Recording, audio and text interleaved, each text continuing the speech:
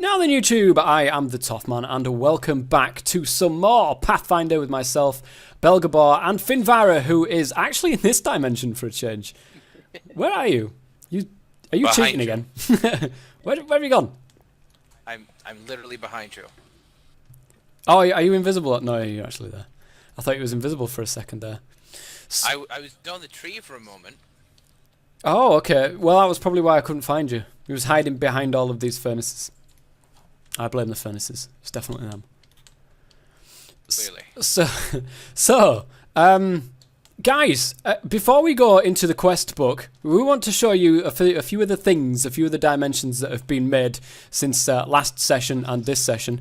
And then, guys... Oh, what's that? What's flying down here? I think I was just throwing... It's raining beds. And then we will actually be completing the quest book today and completing the pack today, which means, of course, we'll go through the pack and, you know, our experiences and what we think about the pack. But first, I need to go up to the Pathfinder, apparently. So, let me find it. Oh, there it is. It wasn't hard to find. Oh, it said power low for some reason, though. It should have done it, though. Yeah. Right. Sure, I'm going to go up. Beam me up, Scotty. Beam me up. Oh. So what's changed here? Apart from the huge ladder that's right in front of my face, what else has changed? You want to go up that ladder. Up this ladder. And we have a ton of... wow. This is very good. I like this. I like this. This is pretty decent. So, how do I know which one goes where? Oh, name. Two vanilla. If you look at the... Yeah. So which ones do I want to go through? So let's see what did it... Well, let's go to the ultimate bling first. Okay. That's an improved, Yes. The improved better version bling. of the bling we had. Let me go into the ultimate bling. And we had the bling dimension, which was the gold one, and this is the... wow.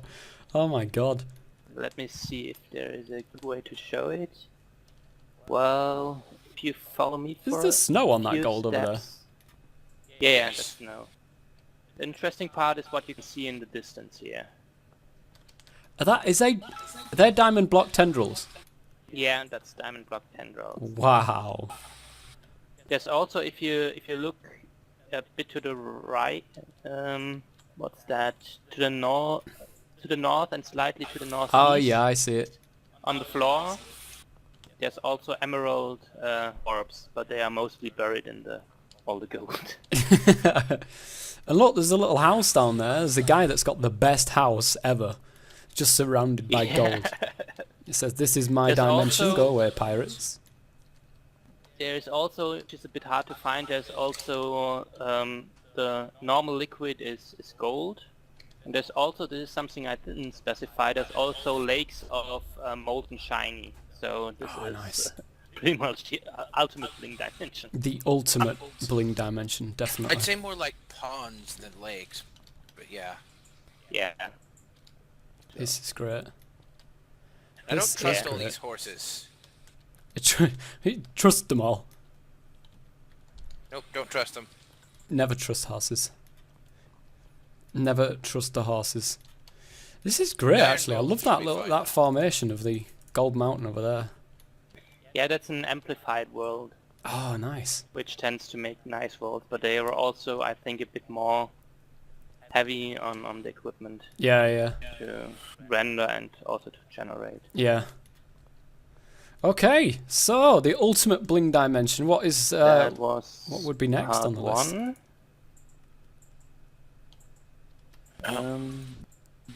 Let me think. What else did we make? Well, I mean, there's the Birch Forever dimension, just for a Birch change of pace. Ah, It's yes, that- up the ladder.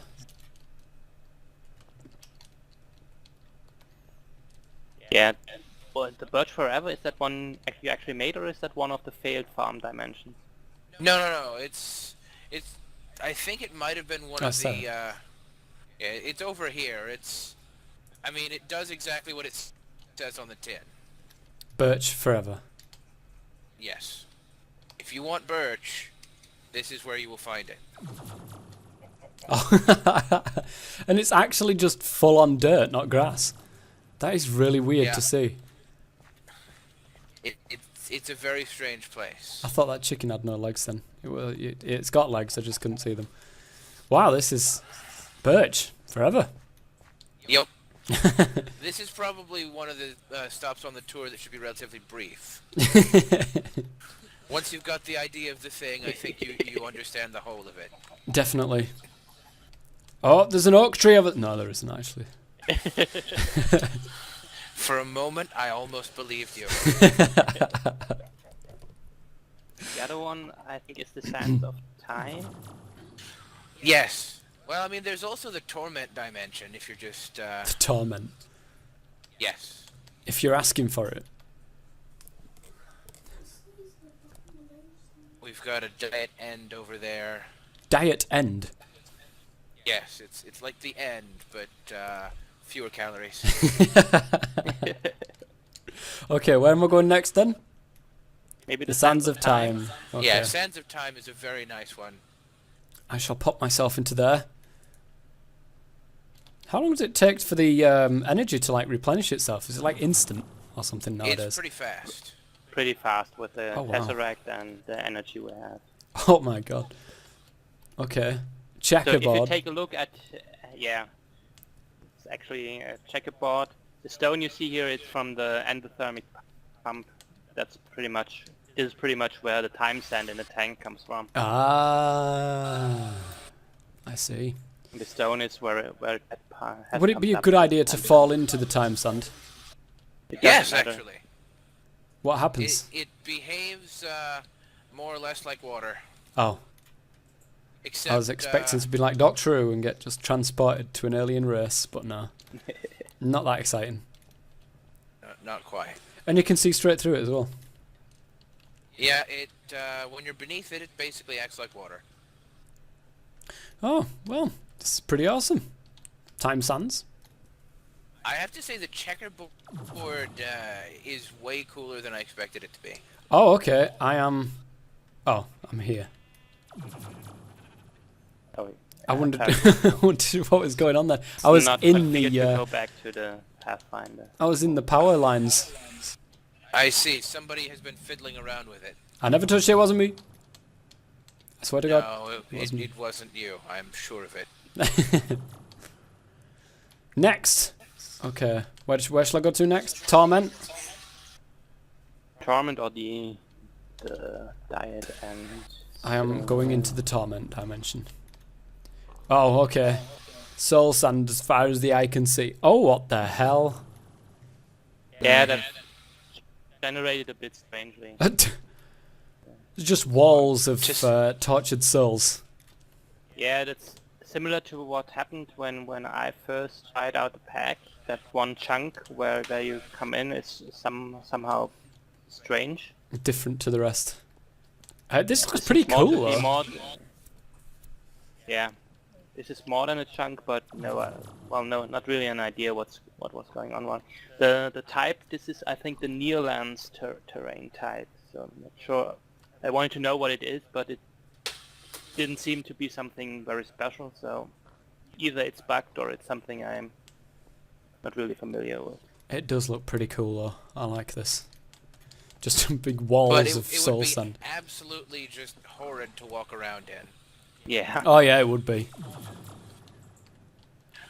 Of course, what makes it more fun for me, at least, is because of the peculiarities of the armor I'm wearing, I fly about as fast as I would if I were walking anyway. Oh yeah. Diet end. Now, yes. The end with definitely fewer calories. And no endermen. Mm-hmm. Or a big ender dragon trying to kill me, which is good. I'm glad about Told you, diet. that. Definitely diet. With orbs of stone, is it? Just normal stone? Yeah. I needed some endstone because it doesn't have an EMC in the pack. Yeah. So I needed endstone, so I made a endstone. I didn't really specify much else. just some end stone would be good. And stone and no harmful effects. And yeah, make sure that we don't die when we're trying to get the end stone. And rain. Yeah. Rain in the end. It's weird. Oh.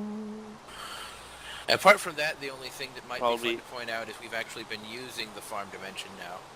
Yeah, that's something we should also look at. Which dimension? The farm 4, I think. Yeah, It's farm pretty 4 much is listed as. if you go up the ladder, it's pretty much exactly what you. Yeah, it's basically Yeah. right in front of you. Oh, okay. So I went round the whole of the room trying to find it, and it was the one that was actually nearest the ladder. Teach me to look there first. Okay. Yeah, so because we thought because we have the saturation effecting on in our main world, we don't really need food, Yeah. farm food, so we chose to farm EMC. Oh, okay. So, and as we learned from Magicality, pumpkins are a good EMC. Do they thing, get? So this is all 10-10-10 pumpkin Oh, nice. that are stuffed into this condenser and converted into nether stars, and then that's a B-space connected barrel goes back to our main base. Wow. And That's behind actually it, pretty good idea. behind the hut here we have a Oh, jeez. glowstone flower which produces the hose because we're using the progressive automation planters to harvest the crops, Oh, okay. which needs hose. And unfortunately we found out progressive automation has unbreakable tools That don't to work. make that don't in this pack for some reason aren't unbreakable. Oh. Unbreakable tools that aren't breakable. That aren't unbreakable.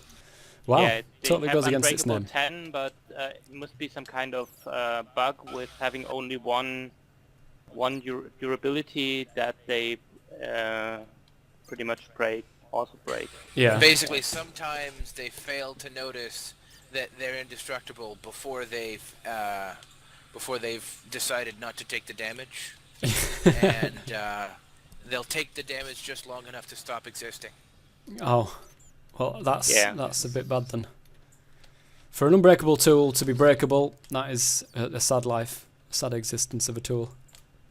Yeah. I tried using one manually, and it lasted a lot longer than it did inside the progressive automation machine, but it would periodically just vanish while I was using it, and then appear like on the ground behind me or something. Ah. Okay. Yeah. So something wasn't really. So we just built the flower, and it makes. I think what did we decide on bronze? Bronze is the most EMC efficient hoe. Ah, okay. So if you're trying to save EMC on your hose, Yeah. Then just chuck bronze at them bronze. instead of gold. Okay. So, I suppose now would be a good point to finish off this quest book, which most of it, I have to say, was completed. We just had to get to the stage of unlocking those particular quests. So, as you can see, Finvara is running around in gem armor, so a lot of the stuff that was going to be used to go towards this quest line has already been made. And I have no just... idea what you're talking about. What? It wasn't me. It wasn't you. But oh man, those red matter tools. If I see another red matter, if I see a morning star again in my entire existence, I will scream. That thing was a pain in the backside to make. Okay. So we left the episode with this one just unlocked. Shakari. I hate these names, man. Oh, I hear your quests. Shakari. The dark matter we've collected is powerful, and now with the access of the transmutation table, it's easy to produce more. It should now be possible to repurpose this dark matter to create very powerful tools that don't need to be repaired or wound up. By pressing by default G, the dark matter pickaxe can be changed to mine in various arrangements of 3x1 areas. As well, for a cost of EMC, drawn from items in your inventory such as Mobius fuel or glowstone. It can draw nearby ores to you via a right click on an ore, which is pretty good. So the dark matter pickaxe is done, and I ding-a-linged. Well, you do that frequently. I do ding-a-ling frequently. And then after that, I think we unlocked Kirk, which would be, yes, the antimatter relay Mark 1. The antimatter relay is used to transfer EMC from sources such as the energy collector to consumers such as matter furnaces or energy condensers. As well, items can be directly inserted into the relay to break them into EMC for a slight gain of EMC over the condenser. EMC will be collected from items placed in the left-hand slots and as well as energy condensers on any side of the device. It will be outputted to nearby consumers such as energy condensers and the various matter furnaces or any client start that is in the right-hand slot. So we'll go ahead and accept that one. And that's that one. And then it was Archer that was unlocked, the energy collector Mark 1. Of course the sun produces energy. Perhaps we could make some device similar to a solar panel that would allow us to harvest the energy directly from the sun. As well, it would probably allow us to upgrade our coal into better fuels and items for free. And it does. The energy collector, when placed down, will begin harvesting energy from sunlight. It can also harvest energy from a block of glowstone directly above it. As well, and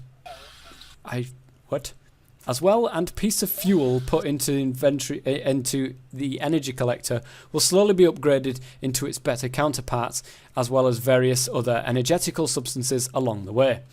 So we'll claim that one. We've made that.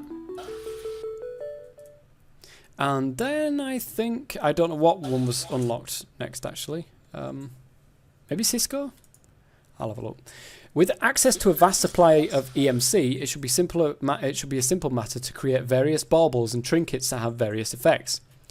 The first that comes to mind is the Mind Stone. See what they did there. Which will feed us. As well, something that allows... I'd never know why they put as well at the beginning of the sentences, it doesn't make sense. As well, something that allows for nearby free flight would be nice. Nearly free flight would be nice. The Body Stone, when activated... I thought it was the Mind Stone that was after. Oh no, that was the other one. The Body Stone, when activated by default G, will begin consuming EMC from your inventory. It will also begin feeding you whenever your saturation gets low, making sure you're always stuffed. And then, Swift Wolf's Rending Gale. The Swift Wolf's Rending Gale is an item that allows for creative-like flight. Simply activated by double jumping, the ring will lift you into the air and allow you to fly wherever you wish. As well, it can be used to knock back nearby entities, giving you a nice personal space. Good. Wow, that is a lot of EMC in there. 51.2 million. I could have used that earlier, actually. That would have been really useful. Well, you know, I figure I don't actually want to be hungry at any point.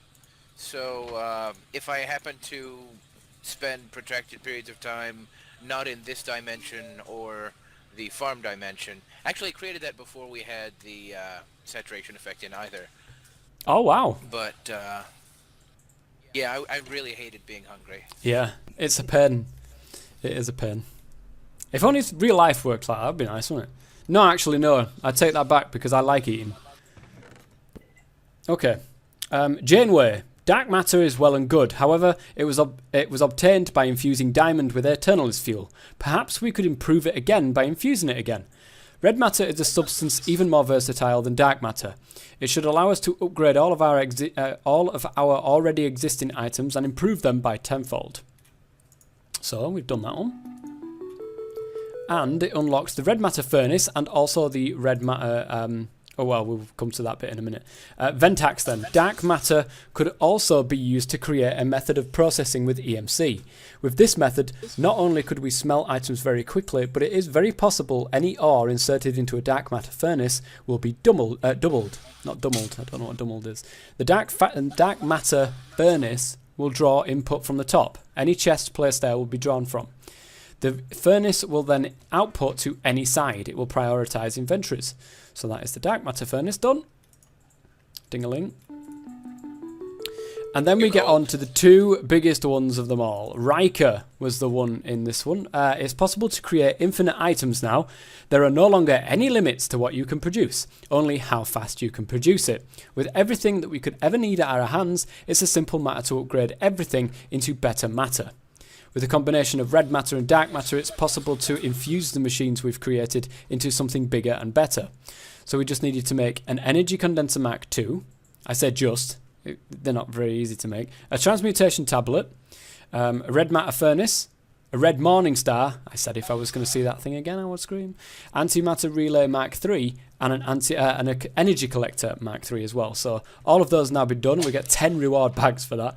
But by this stage, I think you don't really need 10 reward bags. So the last one there was Picard. The last piece of the puzzle is the ability to store almost infinite EMC in a single item. This manifests itself in the Klein Star Omega, the pinnacle of EMC storage and usage. A task where the player needs specific... Oh, are you kidding me? For the last quest, they didn't give me a right-hand side to read. No, why would you do that? So, the Klein Star Omega, 1 of 1, has been done. Another 10 reward bags for that. And our distortion has gone down, -1. And that is the entire... quest book now complete. 81 quests in total, 81 unlocked quests, 81 completed quests. We are extremely distorted, which is awesome. I like being extremely distorted. We're also pretty ledge in all of the other matters, which is good. And that is it. 26 reward bags to open, which I'm going to go ahead and I might as well do it right now. So we've got... Oops, I don't know what that was. Sky type controller, special type controller, mob type controller, dimlet circuit, control circuit rarity 0. Oh, are you going to open? No, you're just going to click on the floor? There we go. Dimlet structure type, dimlet regular memory unit, a control circuit rarity 1, a basic memory unit, terrain type, effect type, block of gold, blocks, are you kidding me? Block of gold. Special type, I've got some more room, we're okay. Basic energy module, blocks of copper, mob type, control circuit rarity 2, feature type, 3 more spaces, control circuit rarity 4, basic energy module, I've had one of them in the past. Controller type, 1 more space. Redstone energy flux duct. So I've got 5 bags left remaining. Let's put all of this stuff back in here. Oops. Stop it. Oh, this is hard. Right, memory unit. Regular memory unit.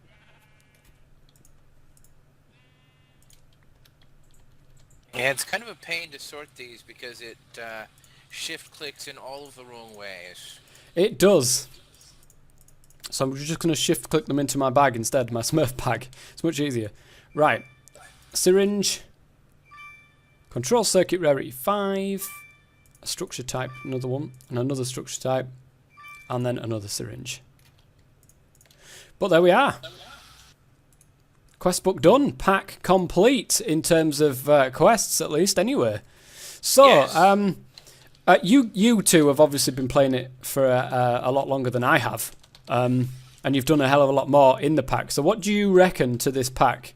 How does it rank for you? Oh, that well. It's hard to define it. I think it's a nice, quick pack to play. Yeah. It is well done, but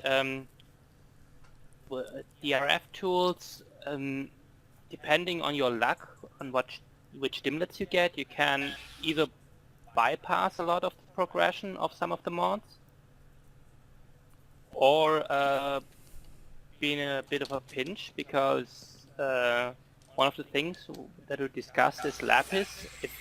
If you're unlucky on that, you're in for a long break because you can't make the machines. Yeah. You can't even make the Dimlet Scrambler. No, which is the machine I was stuck on for ages because of exactly that, the lapis. Which the Dimlet Scramblers is the most likely way to actually get a lapis dimlet, so that Yeah. But And carry on. some of the things, Project E is a bit for the context of the pack and the that it's a late game, obviously envisioned to be a late game thing. It's a bit too easy, partly. Yeah. To get it. It's Project E's implementation in this pack. While I'm always a fan of Project E, it is a little underwhelming in execution. Like here, let me toss these at you. Okay. Thank you. Put them on and tell me what you notice first.